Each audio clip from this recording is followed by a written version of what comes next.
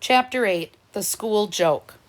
On Monday morning, Benji and Mark could hear the laughing from the schoolyard 4 blocks away. "What's with that place?" asked Mark. "It sounds like someone dive-bombed the school with laughing gas. What's so funny?" "Nothing," said Benji. "Nothing could be funny in a town where no one has enough culture to buy the only French-speaking parrot in the world." "Maybe Mr. Whitehead should take out an ad in the Paris newspaper," Mark suggested with a smirk. "Very funny, Havermeyer. Don't think I've forgotten whose fault it is that Winston Churchill sounds like he's trying to pick up girls at the Eiffel Tower. Didn't it occur to you to listen to the recording first? It could have had bad words or something." "Well, at least we got the quiz done again," shrugged Mark, patting his school bag. "And Mr. Whitehead sold some stuff, even if Winston Churchill wasn't part of it. Why, the guy who won the lizard vitamins bought a whole reptile farm. Over $300, if you include the newts." They entered the playground, where the merriment was close to deafening. Nearby, a large group of students from the other 5th grade class stood rocking with helpless laughter. "So, they're fighting over this yarn, right?" roared the boy in the center. "And then Fuzzy tells Puffy to make out his will." Screams greeted this information. "I knew it," said Benji sourly. "They're laughing at Kidsview."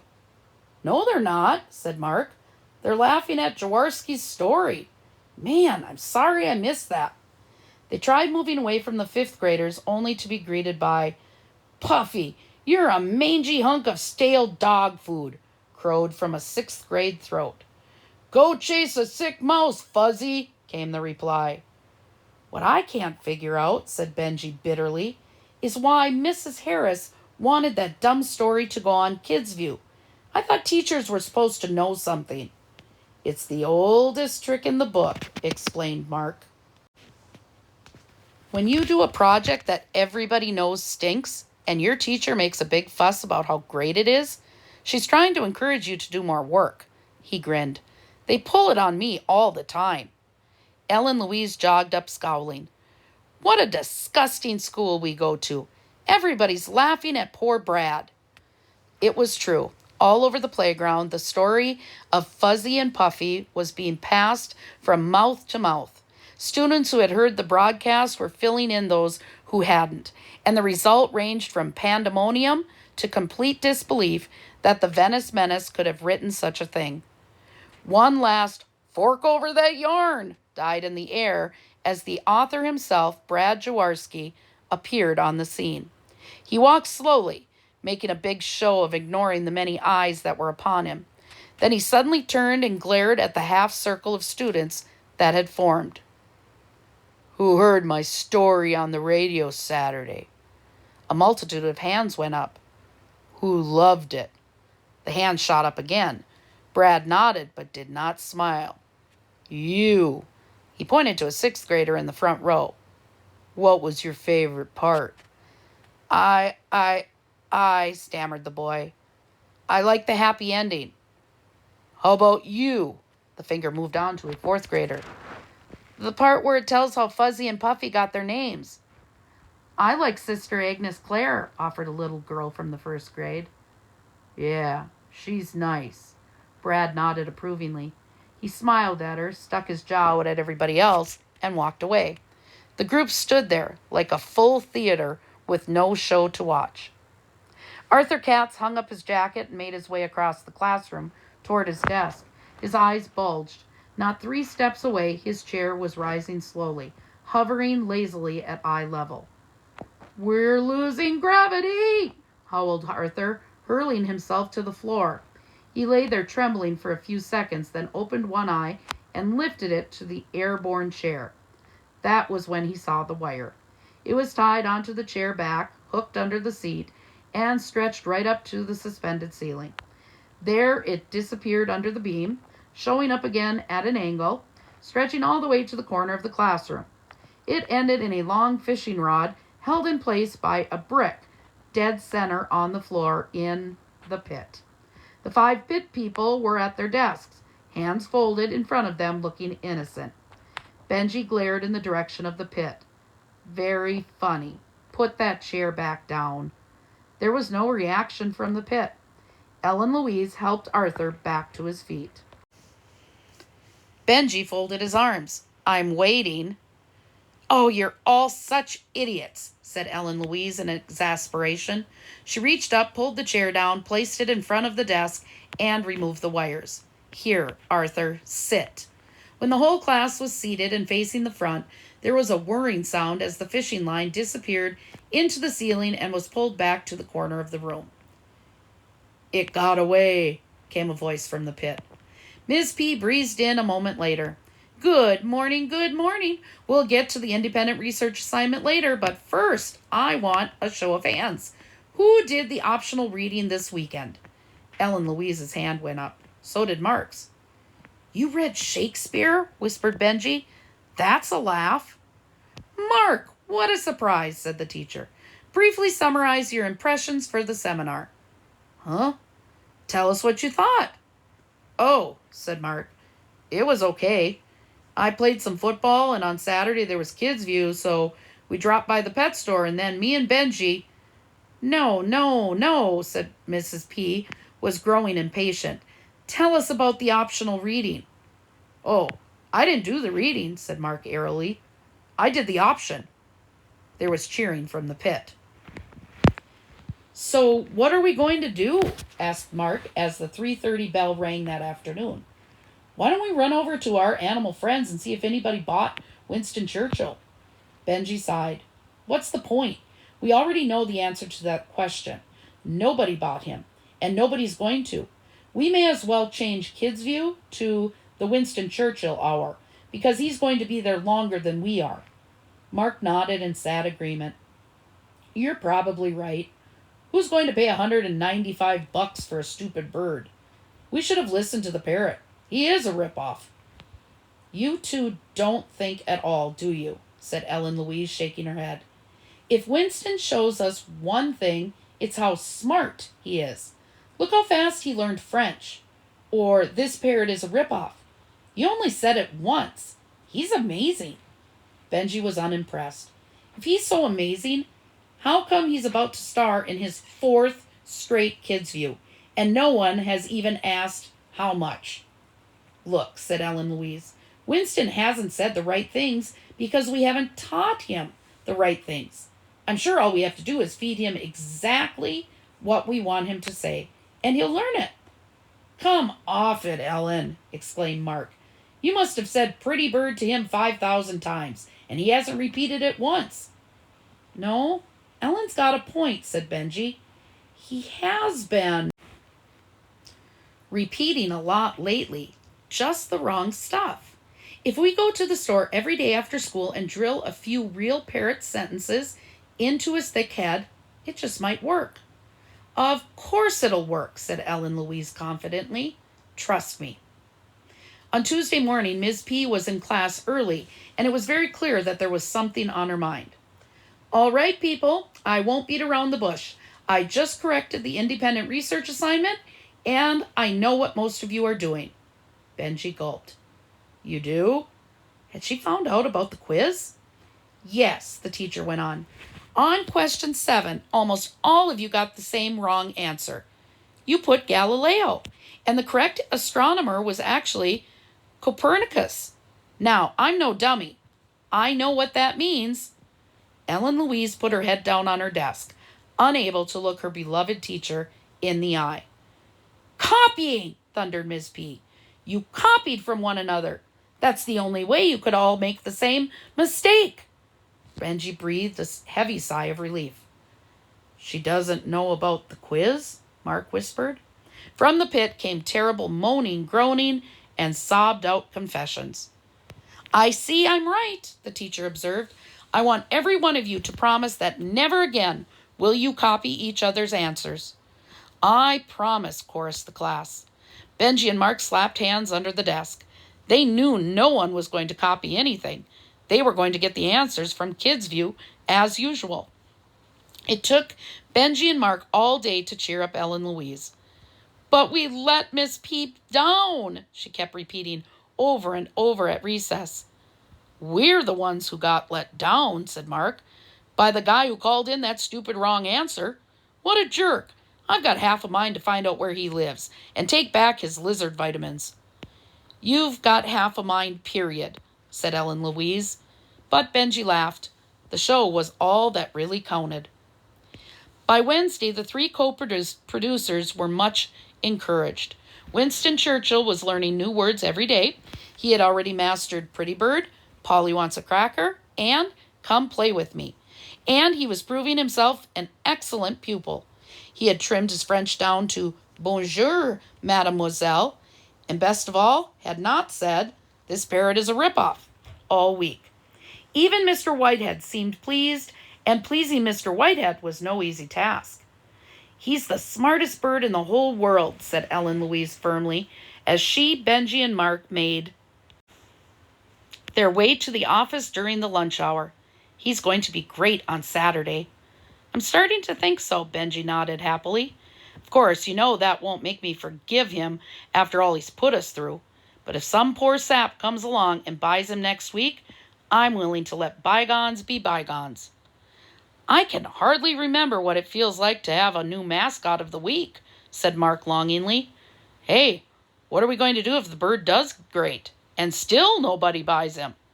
Bite your tongue, snapped Benji as they turned the corner into the office. Kids View is going nowhere but up. Look, another full sign-up sheet. He pointed to the bulletin board.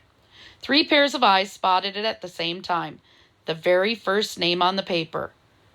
Brad Jaworski? They chorused. But why? Moaned Benji, clutching at his curls.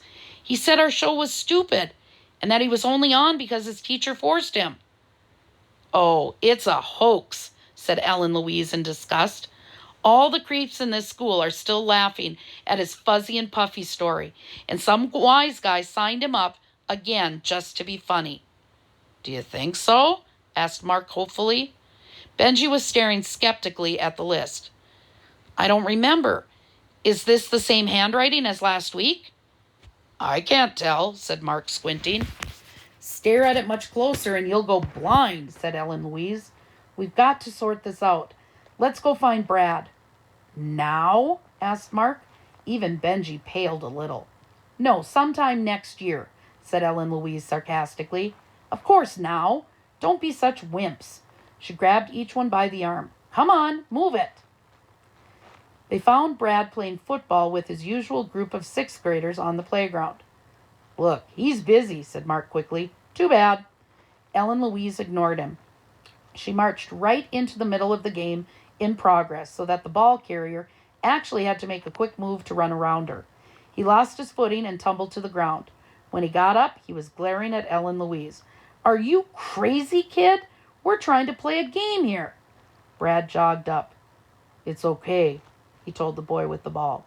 She's one of my producers. By this time, Benji and Mark had mustered the courage to join Ellen Louise.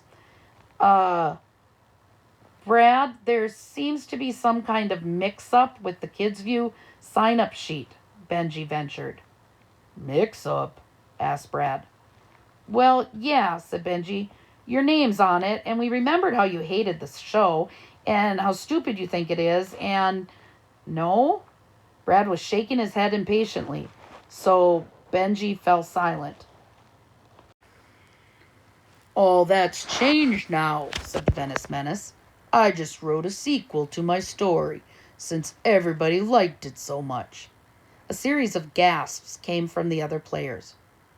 You're kidding, croaked Mark. Brad faced him, face darkening. I never kid. Got it? His eyes narrowed. Hey, you did like my story, didn't you? Yeah, cried Mark. Of course I did. Loved it. I mean, I had to work in the other studio while you were reading, but everybody I talked to says it was the best story they ever heard. The other players all had stricken half smiles on their faces as the urge to scream with laughter was held under control by fear of the Venice Menace. What's the new story called? Asked Ellen Louise.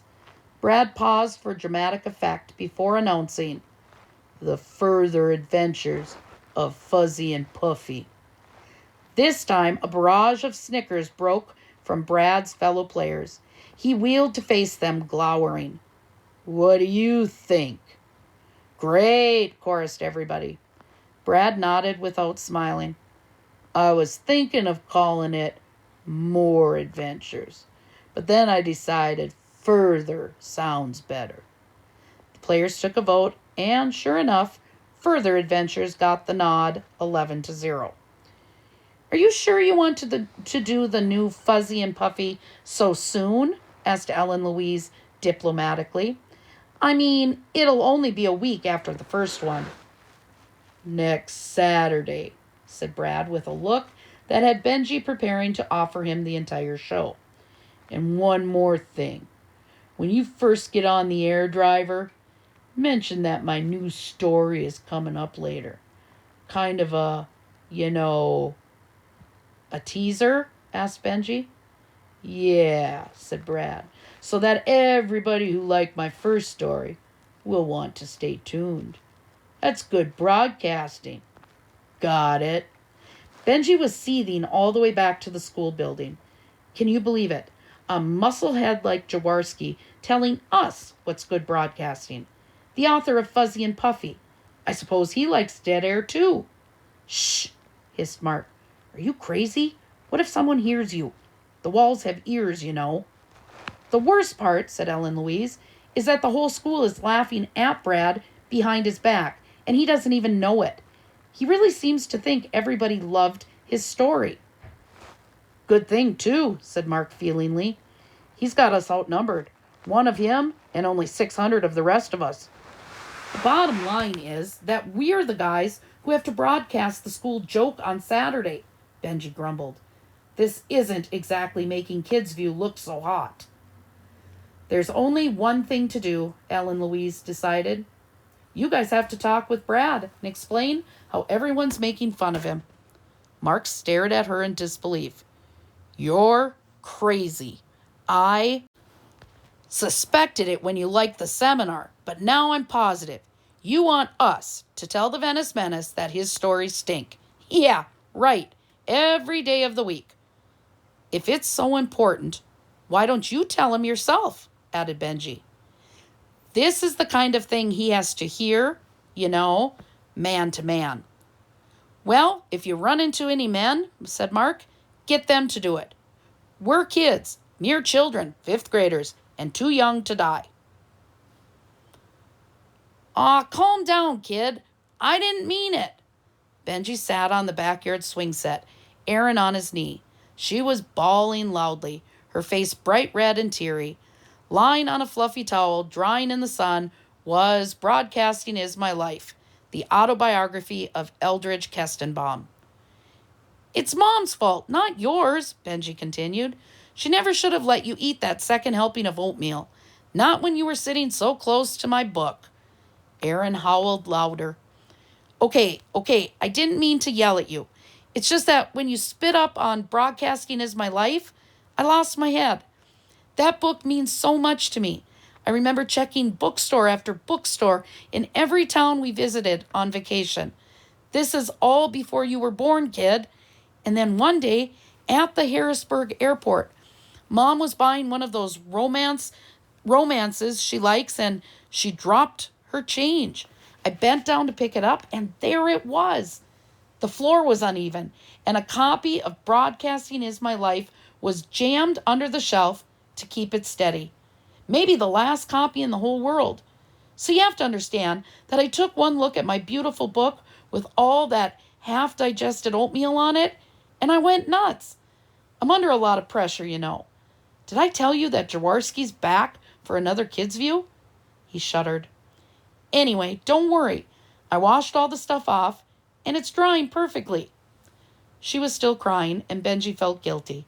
He tried bouncing her on his knee, to no effect. As a last resort, he put on his best broadcasting voice. "You are tuned to FM 92.5. No result. "Come on, FM 92.5. At last, Aaron emitted a watery giggle. "0.5, she corrected. "0.5, that's right. And the winner is the baby." On Friday, Ms. P handed back the poetry analysis tests that the seminar had taken the day before. Mark stared at his paper. Oh no, 7 out of 60? I'm dead. Benji pointed to his own score, 9 out of 60, and said, I guess you didn't study as hard as I did. He made a face at Ellen Louise, who was flaunting her 58. Actually, admitted Ms. P, I see now that the test may have been a little too difficult. So anyone with 10 gets A, 8 gets a B, 6 gets a C, and so on. She smiled. I'm very impressed with your efforts. This seminar certainly is coming along nicely. She beamed at Benji.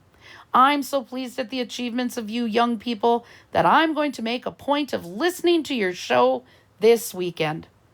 A burst of applause from the pit covered up the triple gasp from the producers.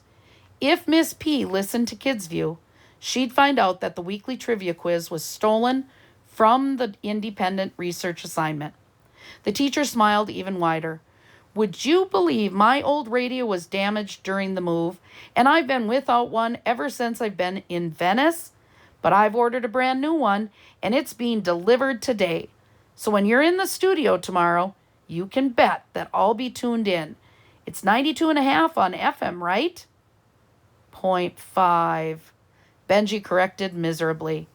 If Miss P could get so upset thinking her students were doing a little copying, what would happen when she listened to the show and found out her research assignment was WGRK's trivia quiz? Mr. Whitehead folded his arms in front of him and leaned against the cash register. All right, what's so important? Ellen Louise spoke up. We thought you should know that we're stopping the quiz. Mark braced himself for a tantrum, but the sponsor just said, No, you aren't. But, Mr. Whitehead, we have to, she pleaded. You see, we have a little confession to make. So do I, said the storekeeper. I confess that my sales are way up since the quiz, and it's not just because of the prizes I give out. More people are listening to Kids View than ever before, especially for the quiz. It stays. But please, Mr. Whitehead, began Ellen Louise. Wait a minute, Benji interrupted. Suddenly the big problem was gone from his mind. He was the host of a hit show. What are the ratings?